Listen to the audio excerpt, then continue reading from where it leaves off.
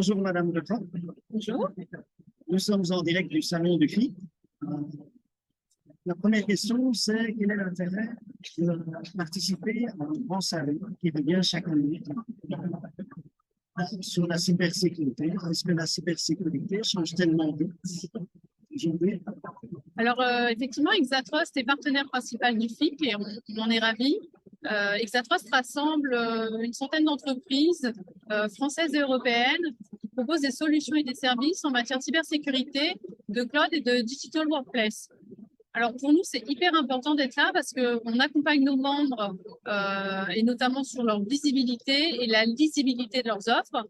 Et un événement comme le FIC permet à la fois de rencontrer le marché, de voir toute l'innovation, les nouvelles tendances et évidemment de se voir. Et le FIC cette année, au but de son calendrier, est un des premiers événements. On a le plaisir à la fois de voir nos membres et à la fois de voir l'ensemble de l'écosystème.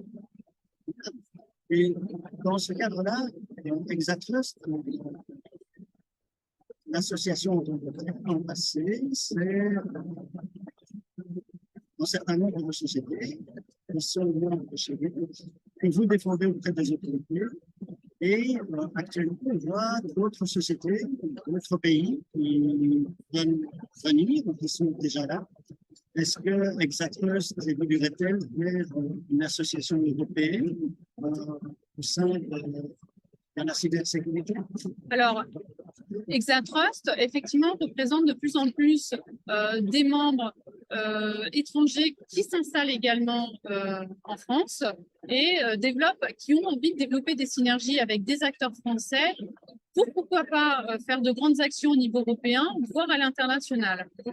Je ne sais pas si Exatrust a vocation à devenir une association européenne en tant que telle. Il y a une très belle association qui est l'EXO, dont nous sommes membres.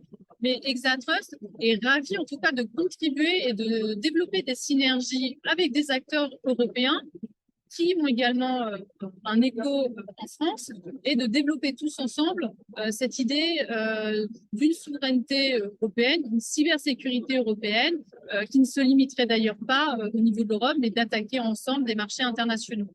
Donc, on est vraiment ravis d'avoir ces acteurs et d'essayer de créer une tech du numérique de confiance qu'on a souvent envie de qualifier de tech for good, comme on dit en Europe, mais tech for good for business. Voilà, donc c'est un peu le projet d'Exatrust, c'est de développer le meilleur de chacun dans l'ensemble des pays européens et également de faire valoir ce numérique européen qui est différenciant, qui est reconnu comme tel, et de le faire valoir dans tous les endroits que l'on peut. Alors, la question suivante, vous avez parlé de souveraineté. Actuellement, la souveraineté devient un sujet quand même de plus en plus sensible. Pourquoi?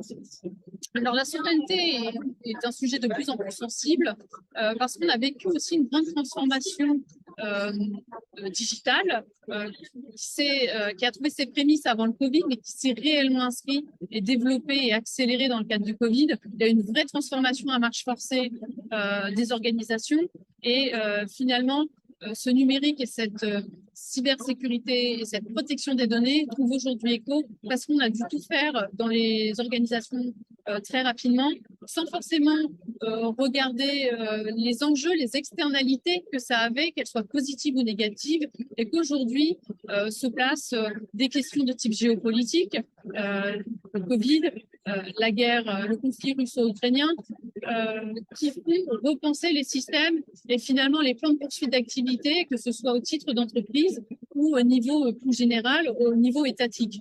Et donc les questions de souveraineté viennent faire écho à notre indépendance, certes numérique, mais notre indépendance économique et notre indépendance stratégique. Donc ce sont réellement des questions qui, quelque part, nous dépassent peut-être un peu, mais qui à la fois donnent l'opportunité de réfléchir à nos systèmes à la fois de réflexion, de valeurs et demain d'action et d'organisation.